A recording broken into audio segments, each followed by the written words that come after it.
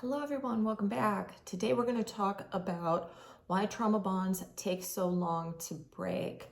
Now, me being a diagnosed narcissist, I have also been in trauma bonded relationships with other cluster Bs.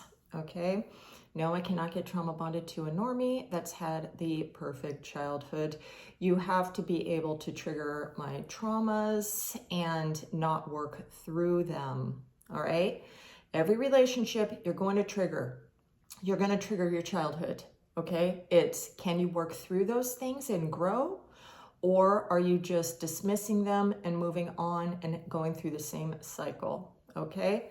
That's the difference. So trauma bonds take between 3 to 18 months to significantly weaken, and it takes 6 to 24 months to fully dissolve, assuming no contact is involved and you actively learning how to re-regulate yourself, because you're all dysregulated when going through a breakup when you've been in a trauma bond. Okay, been there, done that. So why trauma bonds take so long to break? Trauma bonds are not habits. They are conditioned survival responses, including oxytocin, which is the bonding, dopamine, which is the cravings, cortisol and adrenaline, which is the fear, and endorphins, which is relief after pain. You are withdrawing from a biological loop, not just a person. To me, this is really interesting and important to understand. So it's not that you miss the person, but you miss what's going on in your body, in your brain, okay? All right, phase by phase breakdown. Phase 1, acute withdrawal. This is from 0 to 6 weeks, all right? Some people say, oh, it just takes 3 months to, get over somebody. Okay, that's cool if you were not trauma bonded to that person, but should be different down here in Helltown, all right? This is the hardest phase. What happens? You have intense cravings to contact them. Yes, even though that I knew that this person was not good for me and I'm not good for that person, that I still would, I'm having nightmares or, waking, just thinking about this person 24/7. You can't even not think about this person. You're even hoping for a Hoover. Oh, just talk me back into it. Just talk me back into it, because I do not like the way that I'm feeling. I'm so fucked in the head that I feel like you're the only one that can save me from this pain, okay? So intense cravings to contact them. You have panic, grief, nausea, insomnia. Yes, I would have panic attacks at work, not sleeping. I'm even trying woo-woo shit to try to manifest this motherfucker back in my life. I'm talking about like whatever trauma bonds I've been to incorporated in one, all right? So it's not just one person. Sexual obsession or intrusive memories. So if you had rad, sexy time with this person, you're just thinking about them all the time. You're also going to compare, if you're the type of person that goes off and tries to dick down new people, or you're letting somebody dick down you, you're going to be comparing, these people to your ex. If, you're not just using sexy time as a little band-aid to try to get over it. That's weak sauce, by the way. So don't be whoring yourself out, because you're just using this person who might be thinking that they can use sex to get you in a relationship, and then you're in a situationship, and then everybody's getting all fucked up. Don't do it. Don't. Fridge is here. Okay. And you are starting to think that you're the one that made this mistake in leaving this person. Oh, maybe I jumped the gun. Maybe I would have. Yes, I have always thought that too. But obviously, if I did not go back to that person right then and there, because there was no growing. So if I stopped going back to this person when the growth stopped, even if they were faking the growth, I can fucking fake growth, but when it stops, you have to be like, okay, I'm done trying to work on this. I'm trying to communicate with this person. It's not happening. It's not happening. So, leave. All right. Just and you won't waste any more time. You're going to have to grieve anyway, okay? You're going to have to grieve anyway. You're going up the roller coaster. You're going to go down. You're going to do the flippity flip, everything. You're already going to do it. What you're doing is you're trying to prolong staying in this, you know, before having to go over and grieve the relationship. All right? What actually happens? Oxytocin and dopamine pathways are collapsing. Nervous system thinks attachment is survival. Like I said, I have to get this person back. Otherwise, I'm going to be dysregulated all over the fuck and everything like that. They have to fix it. They have to come back. They have to, you know, take full responsibility. I'm the narcissist. You have to take full responsibility. Only one time in my past was I apologizing after a breakup, you know, a big old, no, I did that twice. I did that 2 times. Yeah. Took responsibility for my part, and both of them were real. I'm not going to apologize, but people can apologize if it's not real, but make sure that they go into detail because they're shaming themselves. So if they're going and shaming themselves and then showing you corrective behavior, if you take them back, then that's growth. Remember, growing is good. Staying the same is not good, all right? Most people relapse here if they don't understand this phase, all right? That's the very beginning phase. Phase 2, emotional whiplash. This is the first month to 3 months, okay? What it feels like. Alternating clarity and longing. So you're gaslighting yourself and everything, and you're missing your ex, and you don't give a fuck. You can't remember. You can't remember every single detail, you know. And you start believing that, oh, maybe they were right and I was wrong. And sometimes you don't even give a shit. What you need to do is journal. And one time, you know, when you go back and you read all the bad shit and everything, oh God, I don't want to go back to that. That's going to help you. One time I didn't have an actual journal, but I put everything in my phone and I deleted everything because I wanted to be gaslit. Okay? Don't do that. Don't do that. It's going to prolong the suffering. Believe me. All right? Then you're going to alter.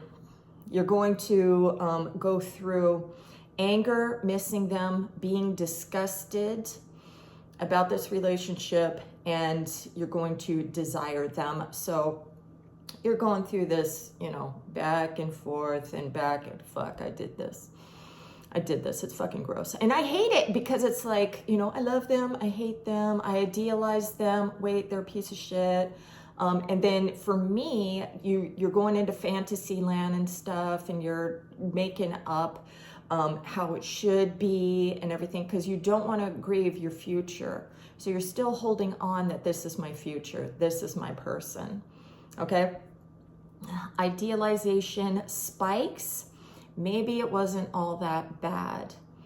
And if you do not have it written down somewhere, or somebody, a friend that's going to come to you and said, do you remember when, you know, you caught them doing the shade? Remember when they were yelling at you and cried on a puddle of shit on the floor that you miscarried the baby and they didn't give a shit? Do you remember when they were flirting, you know, in front of you? Remember that smirk? Remember? You need to remember, okay? And yes, I've re-idealized a motherfucker. You know what's so funny is when I was first making my videos and everything, I've never re-idealized anybody, ever. And then like a year later, when I was going through a breakup, I was re-idealizing my ex, and I was just like, oh shit, I guess that is real. So I will always correct if I learned something new or if something happened, okay?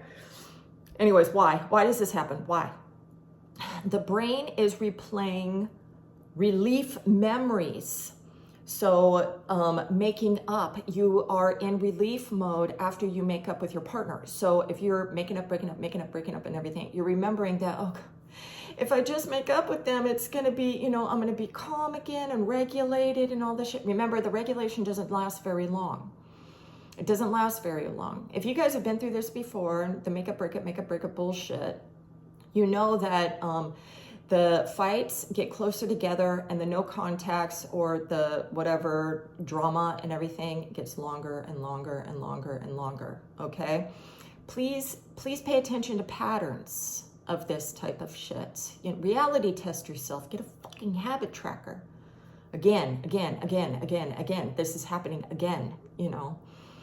And then you have to be like, you have to have the strength. I mean, like a drug addict, you have to have the strength to be like, no, you're killing me, man. I got to get the fuck out of here. Okay? Or, you know, this person is causing you too much anxiety. This person is, you know, you're losing your self-esteem every day, constantly. They boosted it up and now they're fucking, you know, tearing away at it. No. Remember, no growth. They're just tearing you down. All right? No.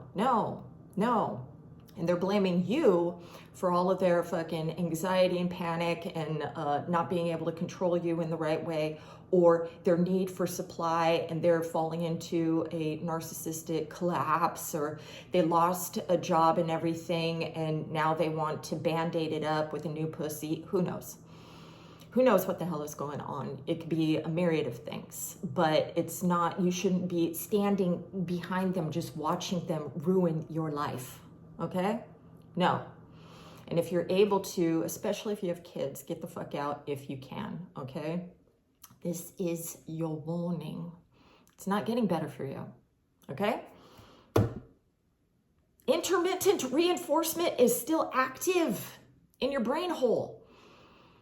So the good and the bad. Now remember, intermittent reinforcement is we're not getting along for whatever reason, okay? There's thousands of fucking reasons, but whatever the reason, we're not getting along, or your person is just, you know, being very dismissive and avoidant of you, or they don't want to connect and they're just pushing you away, and that's hurtful too, or giving you the silent treatment, or giving other people attention and not giving you any, you know, type thing. And then they're either breadcrumbing you, giving you little love bomby doses here and there, or whatever. Or when you've had big old breakups and they always did some big old huge grand hoover on you and stuff like that, and you're remembering that too, okay? And it's fucking with your, happened to me, okay? It's not a good time. It's not a good time. Have that journal. All right, phase 3, detachment with grief. This is happening within the first 6 months of the breakup. Remember, it can be shorter or longer, okay? For dramatic effect, let's throw in some monthage here, all right? What changes? Cravings decrease in intensity. Sexual pulls weaken, if you're into that. Emotional sadness replaces panic. So you're going to be sad. Let yourself feel your feelings. The more you let yourself feel your feelings, the more you're going to be able to get out of it. You don't want to be falling into a deep depression and everything.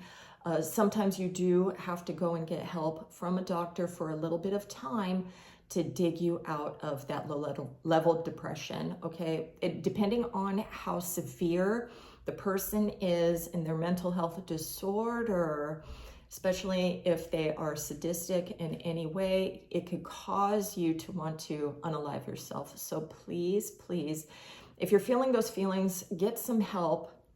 You know, you don't have, it doesn't mean that you're broken forever, okay? Get a little fucking crotchety, you know, all right?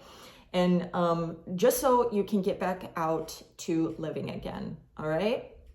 All right.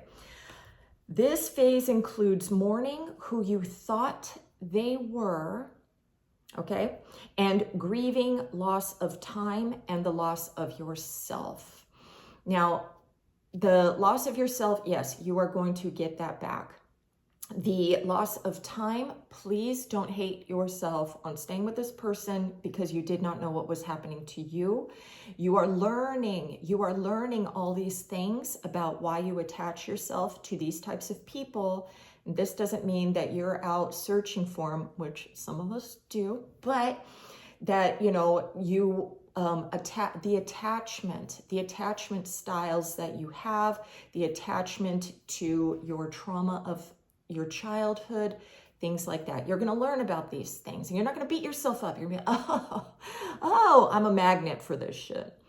I'm a magnet to take, all of this shit. This is conditioned in me type thing. You both can be mutually abusive to each other too, and be like, oh, well, because I grew up where, I'm fighting with my brothers and sisters all the time. We're talking shit all the time. We're backstabbing each other, all gossip, family members against family members, so you got a lot of garbage shit behavior within you too. Or you have to learn about your own codependency issues, your people pleasing, or not having boundaries. You're too afraid to tell people no. Tell them no. Oh, it makes you feel bad inside because you're letting somebody down and you need it to boost your self-esteem. Fuck them. No. You're gonna guilt me because I don't want to fucking do something and shit. No. You're not my friend. You're not my nothing. You're nothing. Okay? Don't let people guilt you. All right? Where am I? Okay. Phase 4. Nervous system recalibration. This is happening within the first 6 to 12 months. So a year has gone by, and hopefully you've made it to this point without fucking up, sleeping with the motherfucker again, or breaking no contact with them. Okay? This is what it looks like. Calm starts to feel safe, but you're going to be bored. It's going to feel boring because safety and peace feels boring. All right? People who grew up in, shit going down in Chinatown all the time, peace makes us feel dysregulated. Okay? It makes us feel dysregulated. Peace does. There has to be some sort of intensity going on, whether it's love or chaos. Intensity doesn't have to be always negative, It's like, I love you. You are my life, type shit. I love you. Things like that, Then you feel, you're keeping up the good supply source going on within the narcissistic person too and stuff. And, they're content and stuff. Sure, they're gonna start shit and everything, throw a little shit back at them and stuff. And they're gonna fucking, do some crazy ass defensive mode and not talk to you and stuff like that. And, you wanna be like, look, I love you, I miss you, I wanna talk to you, I wanna be back with you, but if you don't want to, then I'll let you go. I'm not going to do this psycho bullshit. You can test them. Not everybody's a narcissist, but they can have, shitty ass communication skills and growth and bleh. They don't know how to grow, okay? They've never been in a healthy relationship before. So if you know that too, you got your work cut out for you as well. And if both of you haven't, then ooh. But yeah, there's several self-help books out there on how to have better relationships. And if they're on board with it, I promise they do work. But it takes two, okay? All right. You notice red flags instantly. So after this type of relationship is over, you already understand, you did all the research and everything, you know all the red flags to look for, and you pay attention to how you feel. Your feelings, it's like, oh, my intuition is saying that this is some fucking shade. Maybe I'll just hold on just a little bit longer and just data mine the fuck out of them a little bit and see how much shade's going down, and then get the fuck out of there quick, okay? Get the hell out of there quick. Don't let them know where you live or anything, when you're first going out with somebody right away. So they can't, hoover you, show up at your house or, any bullshit like that. You want to be able to cut them off. So there is none of that at all, okay? I would send and this ain't happening for me. I ain't fucking, no. But good luck to you out there, and then you block them and you're done, okay? You're done, all right? All right. Sexual attraction returns to normal ranges. If you're a cluster B or neurodivergent, you may have some sort of dopamine funkery going on, and you don't got no fucking regular sexual nothing. You ain't regular. All right. You're always, craving, craving, craving, craving. And if sex is one of your craves, and you're just fucking all a lust monster and shit like that, I don't know how to fucking help you with that. But I guess for normies, things will get back to regular. Or if you're like me, I don't give a fuck. I ain't fucking craving shit in the sexy zone, Hopefully that will change. Yay. Okay. Side note, healthy attraction may feel flat at first. This is not a lack of chemistry, it's regulation. So you're finally being regulated. That is not normal for you. You are so used to the chaos and the cray-cray that you're just like, this dude is boring. He wants to talk about stuff. He wants to... Or he's not letting me go crazy when I want to, lose my shit. And he's actually understanding. And he's not calling me names. And there's no, he's even Steven. What? And you're just like, and that can happen for you boys too. So you're being reckless and everything. And you're testing your girl and seeing what she can take. And if she can take boundaries. And if she's like, I'm not dealing with that. So you go be the drug addict, drunk piece of shit that you are. And no, being in a relationship, you want to be a better person. You want to be a better person. You don't want to be like, you just have to accept me for all the garbage shit I am. It's like, I accept, all the shit that you've gone through, all the things, that you're struggling with, but we got to grow, bro. We got to grow, bro. So if you're just, some loser fucking homosexual trash bag motherfucker, go be trashy with other trashy trash. Okay? All right. Integration, phase 5. So, hold on. I want to make sure I'm not effing this up. I'm starting this over. All right. Phase 5, integration. So memories lose the emotional charge. This is within a year to 2 years. You can think about them without longing for them back. This is also, you're in a new relationship and now you're re-idealizing your ex. You're not doing that shit anymore. You're working on this relationship. You're working through everything with this. And if they're not working out, you're done with them. You're not going back to nobody. You're moving forward. You do not rage over your ex anymore. There is no feelings. It's completely flatline. You don't want anything, bad to happen. You just don't care. You're all about you, your life, and the person in front of you. Okay? No urge to prove yourself to your ex, confront them, or reconnect. Remember, if it's a real narcissist and you're trying to get closure, they're going to scoop you back up. They're going to scoop you.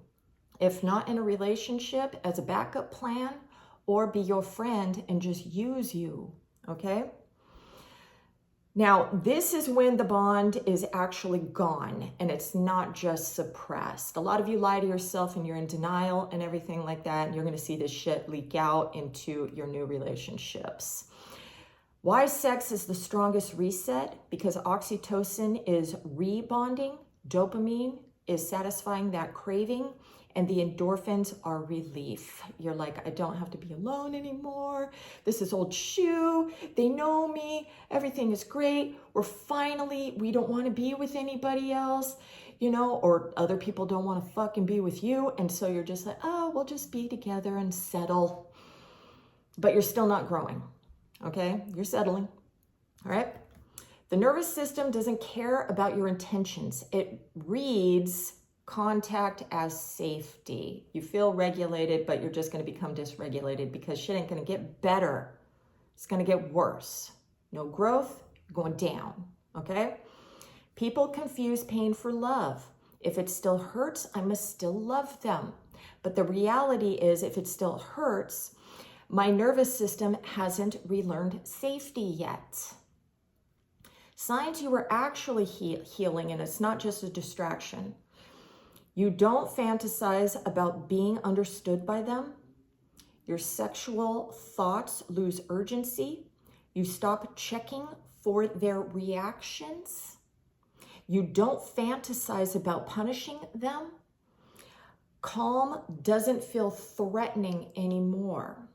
Okay, lastly, trauma bonds fade slowly, unevenly, and quietly, not dramatically. Healing feels anticlimactic. That's how you know that it's real. There's no drama in your grief and getting over it, you know, chaos and, okay? You're gonna feel dead. To this person, you're gonna feel, you know, a complete flatline. You don't fucking care. Nothing. There's no emotional charge. Nothing. No idealizing. Nothing. Okay. You learned from this relationship. You both took responsibility for your own shit. You don't need closure. That is your closure. Okay. And remember, I would rather be hated than forgotten. Okay? So you being emotionally charged over me your whole life, bringing me into your new relationships, I love it. I love it. I love having a hold on you. Even if I'm not there, I fantasize about it. And if this is what you're doing and I don't see it or anything, I love it. So get along with your new people, grow in your relationships, and forget about us. Okay? If I'm not healing, I want to be telling you this shit because I don't like being forgotten. Okay? Anyway, I hope you have a great day. And what do we say? We love you.